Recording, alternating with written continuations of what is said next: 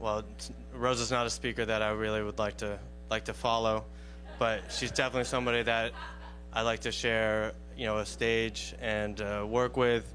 As she said, we first met in 2001. That was at the Critical Resistance East Conference. Critical Resistance is an organization that is opposing the prison industrial complex, and I was there covering the conference with Indie Media, and Rosa was part of a panel talking about political prisoners, how to get them out from behind enemy lines.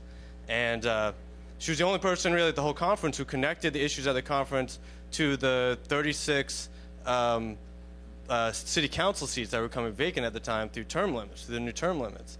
And I thought that was really interesting, so I went up to her, asked her afterwards and talked to her about it.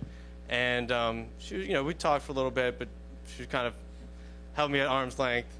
And then I think it was like a few months later, we wound up on the same bus going up to the Drop the Rock rally up in Albany, trying to end these Rockefeller drug laws. Again, I was covering it. She was, I think, marshaling the protest.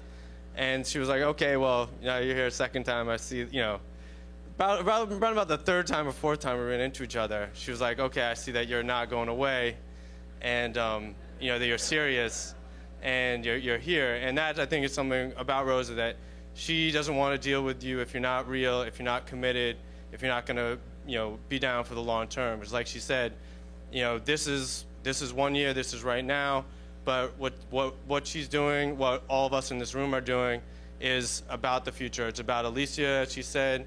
It's beyond 2012. It's Marquise's memory, and it's for all the people that we don't want to see end up in that way. And I want to say that when she told me that that she was going to be running, it was just an amazing thought process. And I'm not an MC. I think you probably figured that out already. I work with a community organization on trying to make the internet better, trying to make the internet work for everybody. And she asked me to help think about some telecom policy issues. And I was like, wow, that's a whole other stage to be thinking about. And so I said, okay, what are the policies we really could have a politician support? That would be amazing.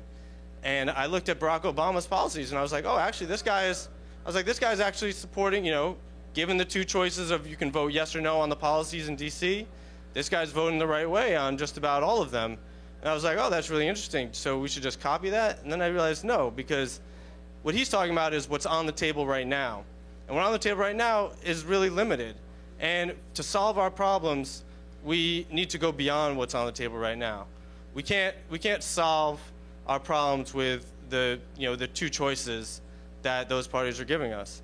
And we really need to think much bigger than that. And I feel like that is what Rose has really given us the opportunity to do. It's inspired us to imagine, another level of thinking about these problems, really going outside the box, not the left side of the box or the right side of the box, but really a whole new world of possibility. And I think that's what everybody's been saying tonight, of that, it really has raised the bar in terms of what we can accomplish.